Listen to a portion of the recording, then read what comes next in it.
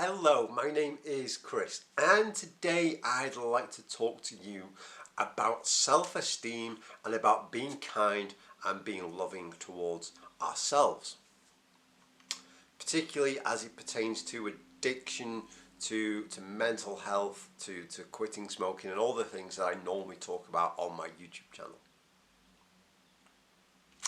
It is February 14th today, it is Valentine's Day, and I'm aware that it may be a bit of a cliche by now to do a video about, hey, let's all love ourselves. But I feel like it is important, especially for the topics that we normally talk about.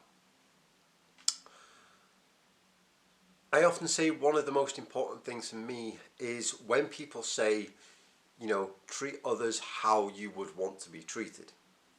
I think absolutely that's very important. But I think it's also very important to treat myself how I would want others to treat me. Just as it is important to treat myself how I would treat other people. If you and I were in the same room right now, I wouldn't dream of making you suck tar and poison down into your body. I wouldn't dream of forcing you to take something inside of you that could well give you cancer and lung disease and things like that. I might give you a hug and a cup of tea, but I'm not going to force poison on you. If you came into my house and you pinned me down and you forced smoke down into my lungs, you started to destroy my lungs, you started to ruin my health, me and you might have a few cross words. I wouldn't dream of letting somebody else do that to me. Yet for some insane reason, when I was a smoker, I would do that to myself. I would pollute and destroy my own body and pay a fortune for the privilege. It makes no sense, and yet I did it for so long. So now I think, treat myself how I would want other people to treat me. Treat myself how I would treat others. I wouldn't dream of making somebody else smoke. I wouldn't dream of, allowing somebody to force me to smoke. So why do I do it to myself? And it's the same with lots of different things. Like with my diet is very important to me at the moment, as I tend to mention it more as I'm trying to solve a few health problems that I've had over the years. So if you were in my house, I might say, okay, here's delicious, nice, healthy food. Maybe have a treat on occasion, but don't just binge eat. If somebody else came into my house and tried to pour alcohol down my throat, even though I know it's terribly bad for me, we'd have cross words. And yet, for some reason, when my self-esteem is low, I can get into the insanity of, I'm going to drink alcohol and eat unhealthy foods and do all these damaging behaviours to myself. And a lot of it for me comes down to self-esteem. I've spoken in the past, and it's something I want to speak a lot more about, is that addiction is quite often just a symptom of bigger underlying problems. Even smoking cigarettes is quite often a symptom of a bigger underlying issue for so many of us. And I think in order to be free from those addictions long term, it helps to dive deep and figure out what is really going on. And for me, I figured out that a lot of what was going on was low self-esteem. In fact, sometimes no self-esteem. I can trace this all the way back to childhood, to being bullied, to having certain family members who weren't quite emotionally mature enough to deal with a young child and may have said things which didn't mean any harm, but which harmed me anyway. I don't hold any resentments against them. I'm just aware that these things contributed. So over the years, I've heard so many times this voice, other people's voices telling me that I'm stupid or whatever, that I've come to believe it. That's come to become my own inner voice. So I have to work now on improving my self-esteem, and I'm taking steps towards that. even simple steps like I look at the evidence, and all the evidence suggests that I'm a good, worthwhile, I say good, I'm a relatively good, worthwhile, capable person who is worthy of giving and receiving love. I'm also becoming more mindful of the words that I use to talk to myself.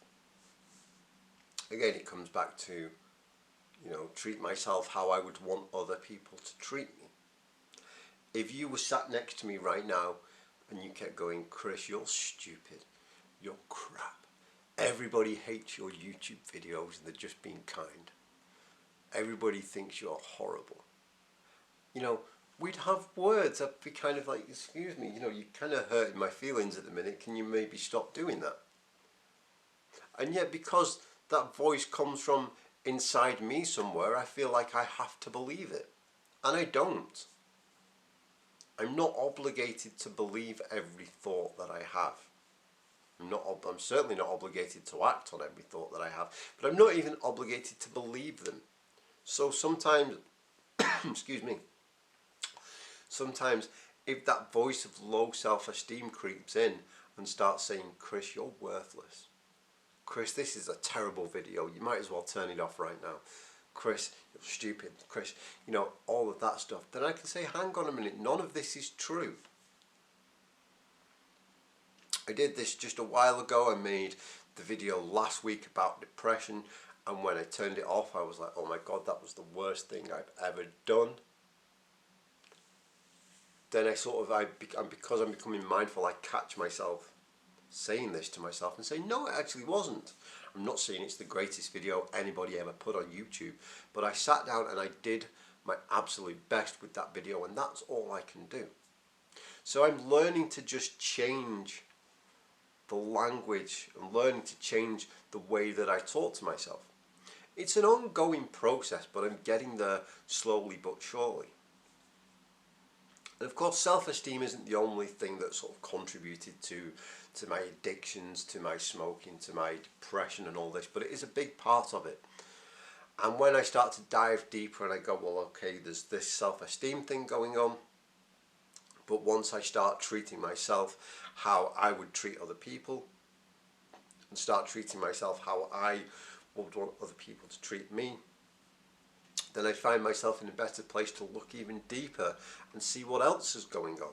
To see that, okay, I've got some resentments that I need to deal with. Like, I'm still blaming other people for things that happened years ago, when, I'm never going to be able to change those people or those places or those situations. So if I'm always blaming them, I'm always going to be, in a sense, a victim of stuff. I'll never be able to change. I'll never be able to improve or get better or get well. Whereas if I say, okay, this happened, and I can't change that, but I can change the way that I feel about it today, then I take control and I take power and I take ownership, and because of that I'm able to make these positive changes in my attitude, in my state of mind, in my well-being, and grow to become the person I was always meant to be, or the person I always wanted to be.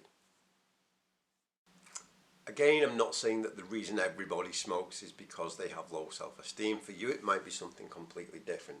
It's just that was a big part of it for me.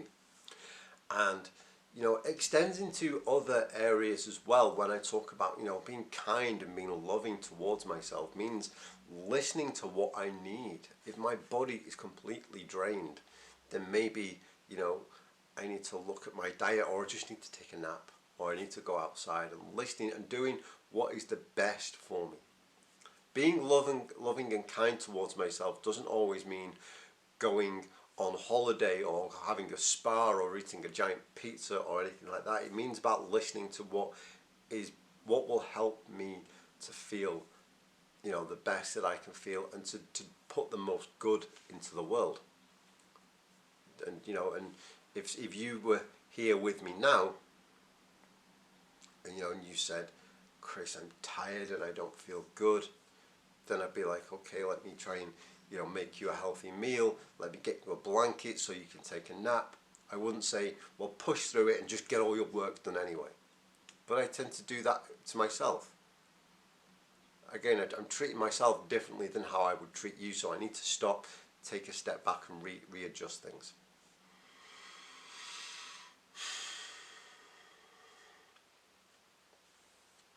When I learn to be kind to myself, when I learn to improve my self-esteem and to just have a bit of love for myself, then I can heal all of these big emotional problems that all of these big, I've talked about the aching void before. I can start to heal that. And when I heal that, then there is no need to smoke or to drink or to do other damaging things just to change the way I feel, because I become, at a point where I'm at peace and where I'm okay with how I feel.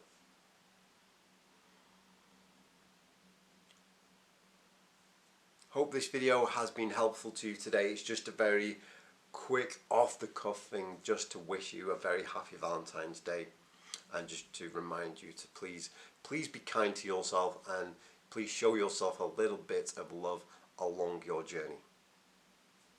Although I hope you know this by now, I'm going to say it anyway. I do love you very much, and I appreciate all of your support and all of your kind words since I've started this YouTube channel. You are very, very kind to me, and it really does mean the world to me, and it really does do amazing things for my own self-esteem. Especially sometimes I make a video and I think, God, that was rubbish, and then you guys say, thank you, this has been really helpful. And I'm like, okay, okay, that makes me feel better.